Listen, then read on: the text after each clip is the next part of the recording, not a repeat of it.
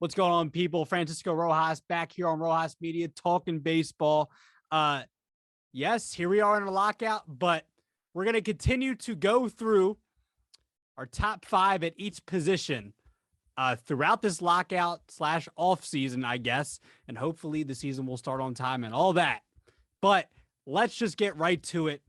If you want to catch my last video, top five catchers, that'll be in the description box if you want to catch that. But for right now, let's talk about the top five first basemen in Major League Baseball right now. So, as I did last video, we're going to start off with a few honorable mentions. So number 7, man, Joey Votto. The resurgence of Joey Votto last season in that second half where he had that consecutive home run streak that set off, or consecutive game home run streak, excuse me, that set off that incredible second half that he had, where people were almost at some point saying like, oh, what if Votto could win MVP? Now, ultimately, he didn't get MVP votes like that, not like Harper, Tatis, whatever. Votto still had a very, very, very good season. No one expected that. No one expected the season that Joey Votto just had. And just out of nowhere, he said he just kind of changed his mindset a little bit, I don't know if he changed his swing or what, but regardless, with that second half, you guys think you still got to put Votto up there, man. Maybe he's not top 5, but definitely top 7, man. Definitely top 7. Joey Votto, surprisingly, he's still a top first baseman. Even if you're top 7, that means you're still one of the top first basemen, man. Joey Votto, still one of the top first basemen in baseball to me. So, second honorable mention, look, has had a great career, won Rookie of the Year almost 6-7 years ago now. RBI machine, power hitting machine, Jose Abreu, 2020 MVP, still one of the better first basemen in baseball to me. Still elite. He's been doing what he's been doing his whole career, man. Driving in runs, hitting home runs. Not the best defensive first baseman, but he makes up for it with what he does at the plate. As good of a hitter that he is, I think you got to put Jose right up there. I wouldn't put him in top 5, but right there, honorable mention. He is right there at number 6. So let's get to the top 5. So I ain't gonna lie, I had trouble with this list a little bit. Fun trouble. This wasn't like, oh man, no, I enjoyed this a lot, but it was tough at certain positions. 5th, Max Muncy. Muncy obviously had a great season, as well as some other LA Dodgers. His Dodger teammates were having great seasons as well, but Max Muncy probably had the best season of anybody in that lineup. Look, Muncy does it all, man. Muncy is a great power hitting first baseman, gets on base, good defensive first baseman, can play all over the diamond too, but his primary position is first base. So, I mean, if we're giving him a position here, he's got to be first base. Obviously, he plays the majority of his games at first base. But I think you got to give. It's really tough where I'm about to go with next, because I kind of almost flip flop these two.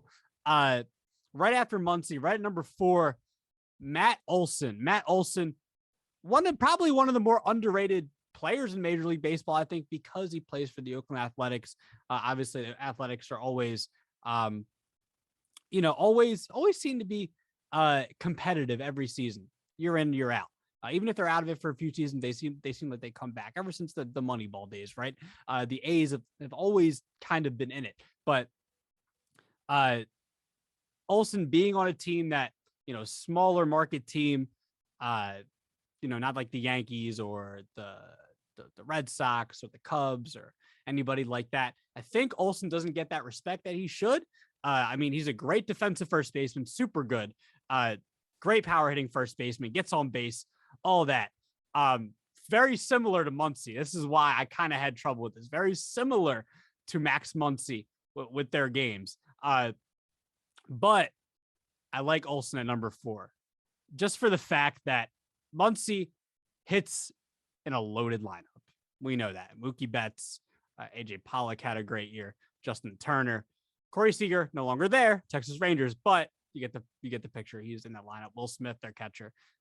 Trey Turner this year. Cody Bellinger didn't have the best year, but come on. Cody Bellinger won MVP 2 years ago.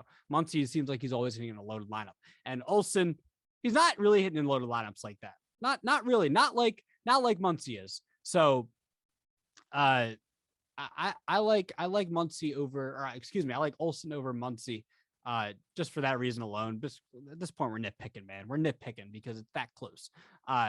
Third on the list, Vladimir Guerrero Jr. Young phenom. Looks like he's probably gonna be better than his dad, and his dad is a Hall of Famer.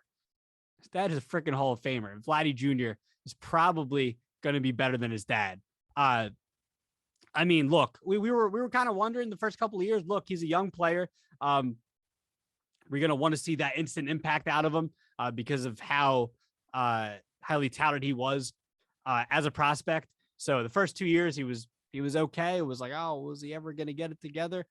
And this year he freaking did. He almost won the Triple Crown. Definitely wins the MVP in any other season that doesn't include what Shohei Ohtani did this season. And I usually like to, with these lists, I like to include resumes. I like to talk about what they did, not just for one season, but what Vladdy Jr. did this season. There's no way he's, I don't know if he's going to replicate this season exactly next year or whatever, but you're not going to tell me he's not going to be one of the greatest hitters in the sport for the next 10 years already from what he did this season. Vladdy Jr., he's automatically in the top 3. He gets the exception. Vladdy Jr. coming to number 3, but I can't give him the number 1 yet. Maybe he does in a year or two, but not number 1 yet. Number 3. And another toughie, number 2, Paul Goldschmidt. Paul Goldschmidt, another underappreciated player in baseball. Maybe because he played his majority of his career on the D-backs. Now he's with the Cardinals. He's been doing this thing with the Cardinals. But another player doesn't get get enough respect that he should. One of the better hitters in the sport. One of the best contact and power hitting first baseman in the sport. And he's great with the glove. He's got how many Gold Gloves? So Goldie's got to be right there, man. Goldie's still right there, not getting enough of the respect that he should. Goldie's got to be number 2.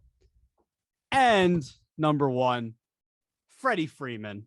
I mean, come on. Freddie Freeman has been one of the best hitters, not only just power, not even just hitting first baseman, best hitters in the sport. In the last 5 to 6 years, I want to say, at least, man, right? Freddie is right there, number 1. I think like I said, what takes the cake for me, him and Goldie are, similar in they're both defensively very well. They're very good defensive first basemen. Both have power, both hit for contact. But I think just the fact that Freddie is one of the top 5 to top 7 hitters in baseball, probably, yeah. So I'd say that Freddie takes it strictly because of that. Him and Goldie's games, very similar. But I will say just the fact that Freddie's been one of the best hitters in the sport over the past 5 to 7 years, that takes the cake for me, man. Freddie, he got his MVP last season, got his World Series ring this season. We'll see where he goes after this lockout. I don't know what's going to happen with Freddie. It's going to be really interesting. My gut says he's 3 signs with the Braves. I think there was something out there that was like a 5-year 160, something like that. I don't know if that's correct. I don't know. That might be wrong. 5 years, 180 or something like that. The Braves offered him. Look, I'm a Phillies fan. I mean, get out of the NL East, please. If you go somewhere else in the NL East, then please go. Some other team, AL Central, AL West, please go out there. I don't know. Apparently the Dodgers would be a good fit for him. NL West, get out of here. But regardless, I think Freddie still number 1 in my eyes. Number 1. I want to hear your list. Please, because I know we all have different lists. Maybe similar a little bit, but I want to hear it. Is Goldie number 1? I want to hear. What about Vladdy? Was Vladdy's season enough? Last season enough to put him all the way up to number 1 this year? Because he is really fun. Vladdy's awesome. Vladdy's so fun to watch as a hitter. He wasn't even that bad defensively this year, and that was a knock on him. And now he's at first base. We'll see where his game goes. But I want to hear your list. Want to hear him. Honorable mentions 1 through 5, 5 to 1, whatever. I want to hear him. Let me know on here. Let me know in the YouTube comments. Let me know on Twitter. My handle's at Rojas_media_. Instagram is the same without the last underscore. Save myself a mouthful. But let me know your list. I want to hear them until we get to, I think second baseman will be next. Let me know. See you guys next time.